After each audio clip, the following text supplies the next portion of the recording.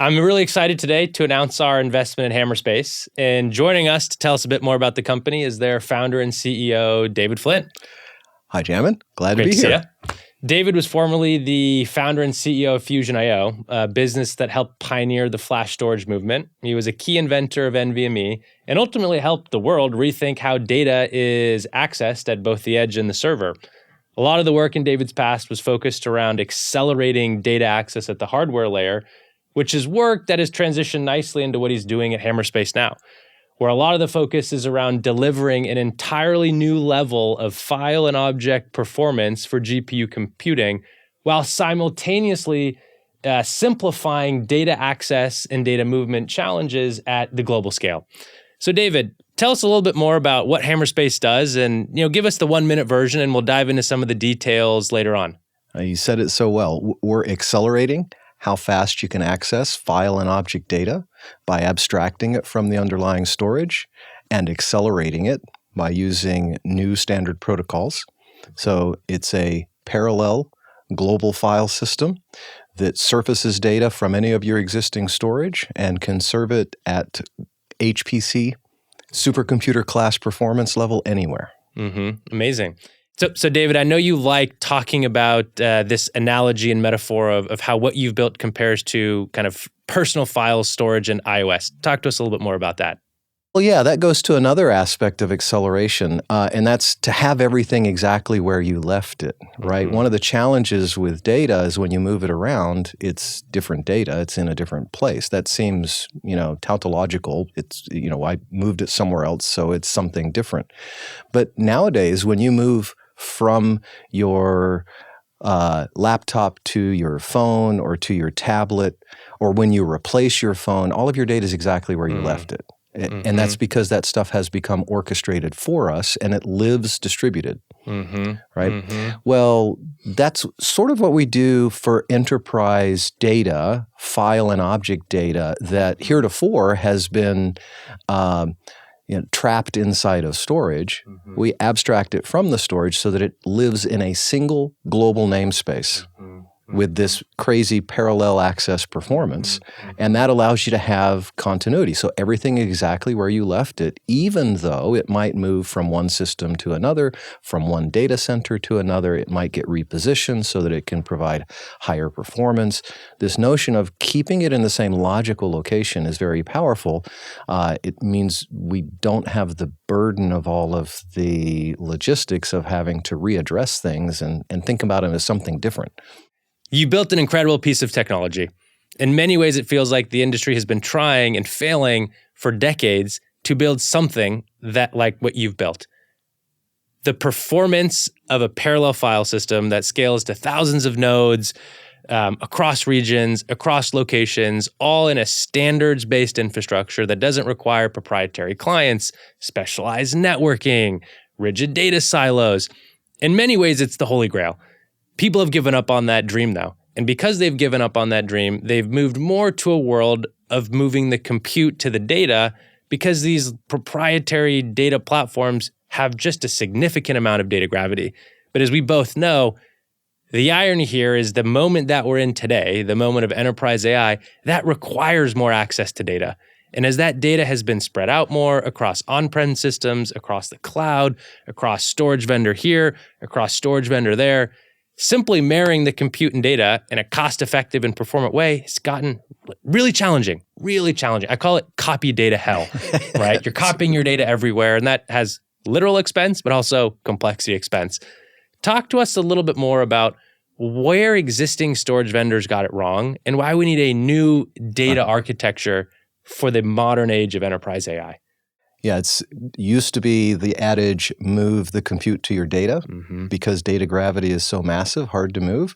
But now with GPU computing, it's much more massive than the data. So we're finally having to address how to have data be physically distributed. And where the industry went wrong, it actually goes back to 10 plus years ago. There was an attempt to bring parallel file system architecture into the world of standards-based enterprise NAS and get it built into operating systems. That effort around parallel NFS failed predictably because 10 years ago, performance was still a niche. It had not become a mainstream thing. AI has since changed that story significantly. Yes. The other thing is this is a very significant change. So the existing storage vendors already had their file systems. They weren't parallel file systems. It was going to be a retrofit at best and throw it out and start over again at worst. And it takes a decade to harden an enterprise class file system. So that would have been a heavy, heavy lift. And then you have the fact that this was going to be a standards body effort designed by committee with these conflicted interests. But the nail in the coffin was actually that 10 years ago, we still had to worry about half a dozen different operating systems. So one of the most important things that changed, number one, the advent of NVMe, which I had the privilege of being at the forefront of creating, unlocked massive amounts of performance. So I figured it was only a matter of time before something materialized that would demand that kind of capability at the file system level, and there was nothing that could actually deliver it through. And this effort around parallelizing NFS had failed for the reasons I outlined, but I also assumed that Linux would ultimately consolidate the OS landscape. And so we really only had to worry about the implementation inside of Linux. So what I did, coming off of the great success that was Fusion.io, is I went and recruited the Linux kernel author and maintainer of the network file system stack, the guy who was appointed by Linus Torvalds himself to own that section of the kernel because he's the guy who originally wrote it. And that is our CTO, Tron Mikkelbust. And I said, Tron, we can make this work where the rest of the industry failed, can't we? Mm-hmm. He's like, well, yeah, we know where the problems are and so forth. And so we built a team around him and we fixed the protocol. The NFS 4.2 came from the team, from this team. We built the implementation in Linux, but all of this was really just to lay down the superhighway instead of that one-lane surface street. And then the real key is to build the file system, this global parallel file system that uses it. And so I don't want people to think that we're open source, right? Mm-hmm. The plumbing had to be built in because that is one of the key advantages. But the IP is in the data platform that uses it. Mm-hmm. So that's the general, why now? Because AI has arrived. We've found something that needs that level of capability. And Linux has allowed us to only have to really build this very sophisticated protocol and client technology into Linux, which it now is. And so it's really the uniqueness of the team that I think you could ultimately attribute it to. Yeah. And talk to us about, performance, tons of sense, cost, tons of sense. What about scale? Right, we need to scale to hundreds of petabytes or exabytes of data. Talk to us about the scale challenges that exist now in the world of enterprise AI and how you are, and Hammerspace is kind of there to address those.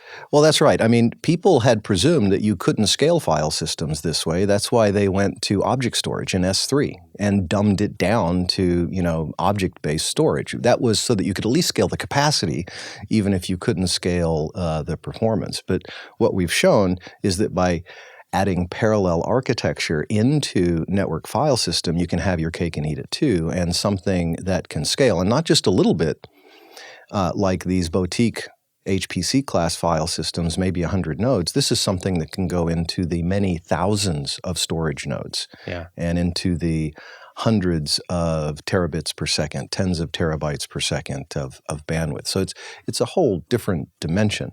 And it's largely because the innovation of separating the control plane from the data path and the storage nodes, allowing those to be directly routed to get the scale. How does this all actually work? You have files here, you have files there. You're mounting these files in Hammerspace, accessible in a global namespace. Like, how does it ultimately work? Well, I like to say we accelerate all of the phases. You can simply point Hammerspace to existing file systems and with zero downtime, immediately start serving them through Hammerspace. And we call that data in place assimilation. From that point, through just the swipe of a mouse and change of policy, you can have data move across systems, get replicated in duplicate, get replicated across whole sites in any kind of storage systems you have. So data orchestration. And then it can be rendered in multiple sites simultaneously with active read-write everywhere.